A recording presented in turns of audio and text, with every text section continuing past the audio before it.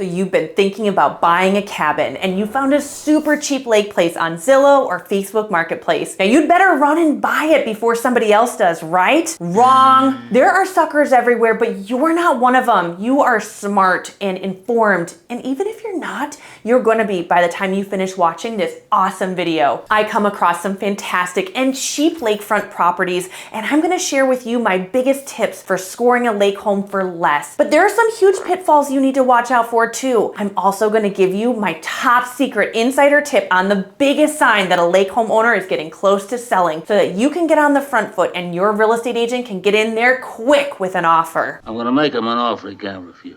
The first way to find a smoking good deal on a lake place is after you've identified where you want to buy a lake house, familiarize yourself with the minimum lot size requirements and find yourself a lake home or cabin on a double lot and subdivide the land and sell off the existing home, leaving you with a lakefront piece of land for very cheap or free. Now, I know exactly what you're thinking. Those don't exist. That's not possible. Wrong. My neighbors on a nearby lake did exactly this last year. They bought a lake property for $650,000, went through the process of surveying and city and county approval to subdivide the lot, and then they sold the remaining vacant parcel of land for $700,000. So they essentially paid for the survey, the application fees, the taxes, real estate commissions, and all the other costs associated with the process, and they basically got a free lake home out of the deal. A free lake home! Now again, I bet I know what you're thinking. That couldn't happen for me. Well, yes, it can. It just takes patience and due diligence and some elbow grease. The other thing is, if this was easy, everyone would be doing it. But again, you're not a sucker and you're not afraid of a little hard work if it gets you to your goal of having your very own lakeside paradise. My next idea is a little bit easier in the execution. It's buying a lake home further from major cities. The closer to the city, the lake, the more expensive the lake home is going to be. But buying a lake home 45 minutes, an hour or more from major metropolitan areas will get you a lot more for your money. Now, this might not be the first thing you think of, but according to Forbes, almost 13% of employees currently work from home and over 28% of people have a hybrid work model. So for a lot of people, living farther away from the city or a longer commute from your dream lake home to your boring office job a few days a week won't be nearly as big of a deal as it once would have been. Now, this isn't going to work for everyone. Obviously, some people won't be able to move farther away from the city because of kids' schooling or proximity to family or just not being able to live that far away from Trader Joe's. But if living farther away could work for you, or if your lake home search is not actually for your primary home that you're going to live in every single day, consider expanding your search to look for a second home, your lakefront cabin, a longer commute from the closest major city than you initially thought. And you might just be shocked at what you're able to find. Along the same lines is being willing to look in another state if you live near state borders. And the prices of lake homes within 90 minutes of where I live in Minnesota, but on the Wisconsin side, are more cost effective than lake homes in Minnesota. You get more lake house for your money. Everyone wants the most popular, well-known lakes. You know what I'm talking about. It's the lake that just the name of it has some prestige. But if you can get past that and buy a lake home on a less popular lake, you might be able to get yourself a great lake home at a much better price. If the super distinguished lake that's going to impress your friends and family is what you're looking for,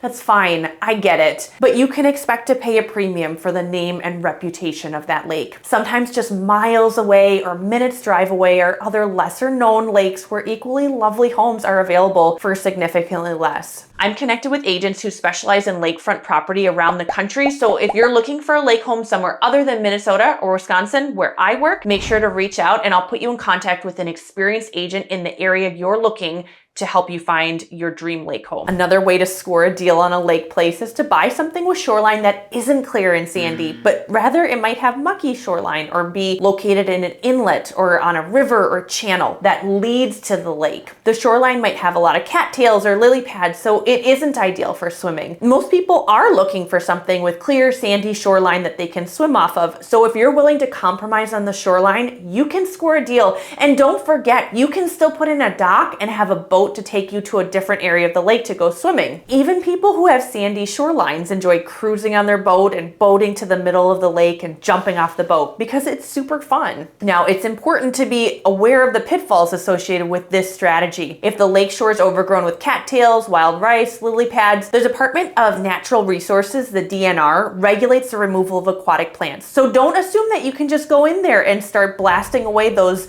weeds to get rid of some of those plants and get a clear shoreline. Each lake is different, so if you see that the lake shore of a lake home you're interested in isn't clear, it's so important to know exactly what you can and can't do on that particular lake to clear or improve your shoreline. Sometimes you may not be able to do anything at all to change it. But the upside for you is if you're looking for a lake place on the cheap, these properties are usually priced accordingly. If you want to get your foot in the door on lake life but don't totally have the funds to back your dream yet, you could consider buying a lakefront parcel of land and putting a more affordable home on it for the time being, or for a long time, like a modular home or a trailer or even just a campsite. You could even throw a seasonal porta potty on site. Some lake lots are considered by the city to be unbuildable for various reasons, which means that unless the city grants one or more variances or exceptions, making an exception to the rules basically, you won't be able to build a permanent home on that lot. But these lots are a lot more cost effective than a regular buildable lot. And just because it's currently unbuildable now doesn't mean that in the future building requirements won't change or that a variance won't be granted. I've seen it happen. And in the meantime, just because a lot is unbuildable doesn't mean you can't put up a dock, tents,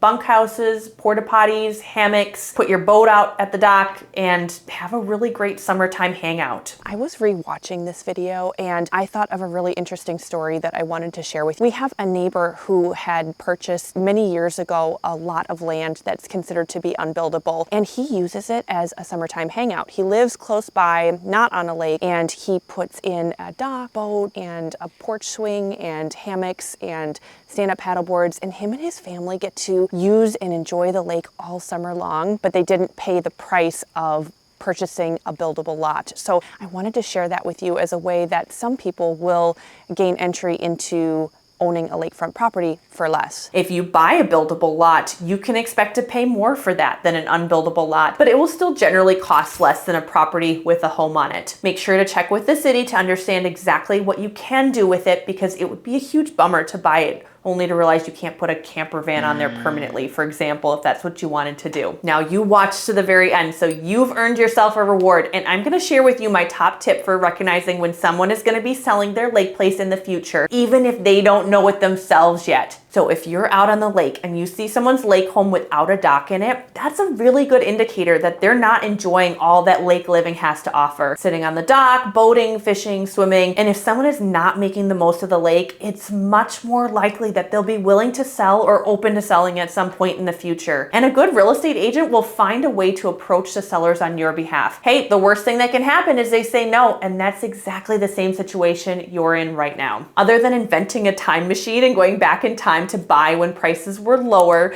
what strategies to get a deal on a lake place have I missed? If you've tried out any of these strategies for yourself, I'm curious to hear your experience. If you're thinking about a lake home and you're interested in potentially using it as a short-term rental to offset your costs of owning a lakefront property, I've made a video about this, so make sure to check it out. I'll link a card up above and you can access it easily, no problemo.